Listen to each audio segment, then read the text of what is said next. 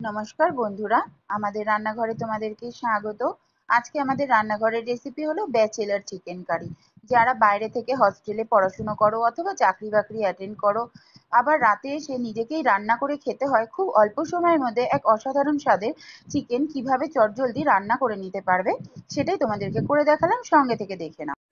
আজকে তোমাদের bachelor chicken recipe করে দেখাবো। তার জন্য দেখো আমি এখানে 1 কিলো চিকেন নিয়ে নিয়েছি। চিকেনগুলো দেখো এরকম ছোট ছোট পিস করে কেটে নিয়েছি। পিসটা ছোট করেছি একটাই কারণে, যারা ব্যাচেলার মানে বাইরে হোস্টেলে থাকো বা বাইরে কাজ করো, তারা তো নিজের রান্না নিজেরাই করে খাও। তো তাড়াতাড়ি চটজলদি চিকেনটা রান্না করার জন্য আমি ছোট ছোট করে পিস করে নিয়েছি।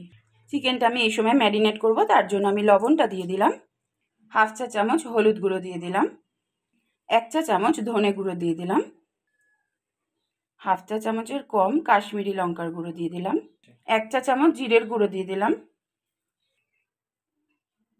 1/2 চা চামচের হাফ চিনি দিয়ে দিলাম। চিনিটা অপশনাল, তোমাদের ইচ্ছা না হলে দিও না। 1 চা চামচ চিকেন মশলা দিয়ে দিলাম। চিকেন মশলাটা বাজার থেকে কিনে আনা মশলা আমার। 1/2 চা চামচের হাফ গোলমরিচ গুঁড়ো দিয়ে দিলাম। টক দই দিয়ে দিলাম 2 টেবিল চামচ মতন।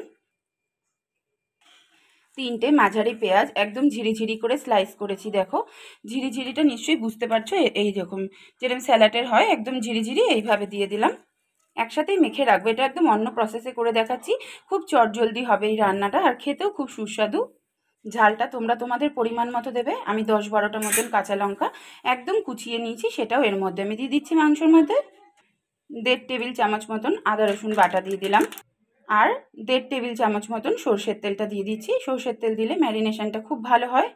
সব উপকরণ খুব সুন্দরভাবে হাত দিয়ে ওপর নিচ করে মশলাগুলো মিশিয়ে মাখিয়ে নিতে হবে। এটা আমি 1 থেকে 1.5 ঘন্টা মতন রাখবো। তোমরা যাদের ব্যাচেলার ভাই বোন আমার অনেকেই আছে, তাদের নামগুলো আর বলছি না ইউটিউবে, যারা বাইরেই থাকো নিজেরা রেঁধে খাও, অনেক কষ্ট হয় তাদের। এই মাংসটা করতে কিন্তু ম্যাক্সিমাম আধা ঘন্টা থেকে 1 ঘন্টার মধ্যেই হয়ে যাবে। যদি ম্যারিনেট করে না রাখো তো মেখে 10 মিনিট মতো তোমরা রাখতে পারো। আমার হাতে সময় আছে, আমি 1 ঘন্টা 15 মিনিট মতন এইভাবে মেখে সুন্দরভাবে রেখে দেবো ঢাকা চাপা দিয়ে। 2 থেকে 3 মিনিট মতন কিন্তু দেখো এইভাবে একভাবে এটা মাখিয়ে যেতে হবে, এটাই কিন্তু আসল।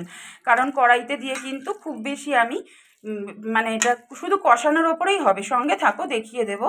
শুধু ব্যাচেলার ভাই বোনদের জন্যই বলে নয়, এমনিও ঘরে যারা ধরো যেদিনকে খুব আলিশি লাগছে চটজলদি মাংসটা রান্না করবে, সেদিনের জন্য এই রেসিপিটা কিন্তু অসাধারণ।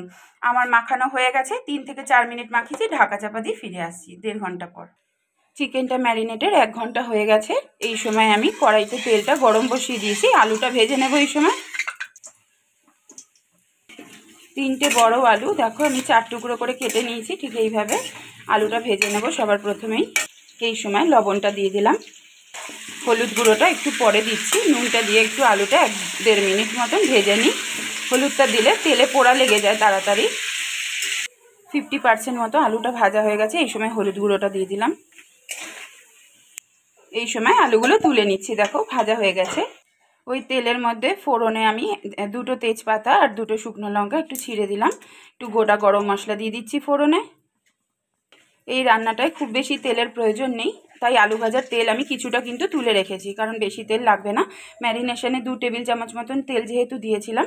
এই সময় একটা পেঁয়াজ আগে থেকেই কুচো করে রেখেছিলাম একদম ঝিরিঝিরি করে, আবার একটু পেঁয়াজ দিয়ে দিচ্ছি। ম্যারিনেশনে আমি 3টে পেঁয়াজ দিয়েছিলাম, তোমাদের বলে দিয়েছিলাম। আর এখানে আরও একটা পেঁয়াজ, ছোটো পেঁয়াজ ঝিরিঝিরি করে কেটে একটু ভেজে নেব ফোড়নের সাথে। এই পেঁয়াজটা দেখো খুব বেশি ভাজবো না, 2 মিনিট মতন ভেজে নিয়েছি। একটা মাঝারি টমেটো দেখো এরকম ডুমো ডুমো করে কেটে রেখেছিলাম, সেই টমেটোটা দিয়ে দিলাম। টমেটো আর পেঁয়াজ একসাথে একটু ভাজা ভাজা করে নিতে হবে। পেঁয়াজ আর টমেটো দেখো নরম হয়ে গেছে, এর থেকে বেশি গলাবো না আমি। 1.5 ঘন্টা পর ঢাকাটা খুলে দিলাম, ম্যারিনেট করা চিকেনটা দিয়ে দিলাম কড়াইতে। এবার এইভাবে চিকেন একবার রান্না করে না খেলে বুঝতে পারবে না যে এই চিকেনের স্বাদ কতটা। আমরা কিন্তু প্রায়ই এইভাবে রান্না করে খাই, তাই ভাবলাম তোমাদের সাথেও একটু শেয়ার করি, তাহলে তোমাদেরও হয়তো সুবিধা হতে পারে, টাইমটাও বাঁচবে, আর খেতে তো দুর্দান্ত হয়। পেঁয়াজটা একটু বেশি লাগে ঠিকই, কিন্তু পেঁয়াজটা একটু বেশি না দিলে আবার স্বাদও হবে না। চিকেনটা হাই ফ্লেমে 4 থেকে 5 মিনিট মতন কিন্তু এইভাবে একভাবে নেড়ে যেতে হবে। এই সময় যদি আঁচটা কমাও, যেহেতু টক দই দেওয়া রয়েছে এবং ম্যারিনেট করা ছিল 1.5 ঘন্টা মতন, তো জল ছাড়তে শুরু করবে, আর জল ছাড়লে ভালো লাগবে না। পরে আমি কমাবো, দেখিয়ে দেবো তোমাদের 5 মিনিট মতন কিন্তু আমি এইভাবে কষিয়ে নিলাম। লো টু মিডিয়াম ফ্লেমে এবার ঢাকা দিয়ে দিলাম। 7-8 মিনিট পর দেখো ঢাকাটা খুলে দিয়েছি, মাংস ছাড়তে শুরু করেছে। 60 থেকে 70% মতো কিন্তু মাংসটা সেদ্ধ হয়ে গেছে। আবার একটু হাই ফ্লেমে কষিয়ে নিতে হবে। এই সময় ভেজে রাখা আলুগুলো দিয়ে দিলাম।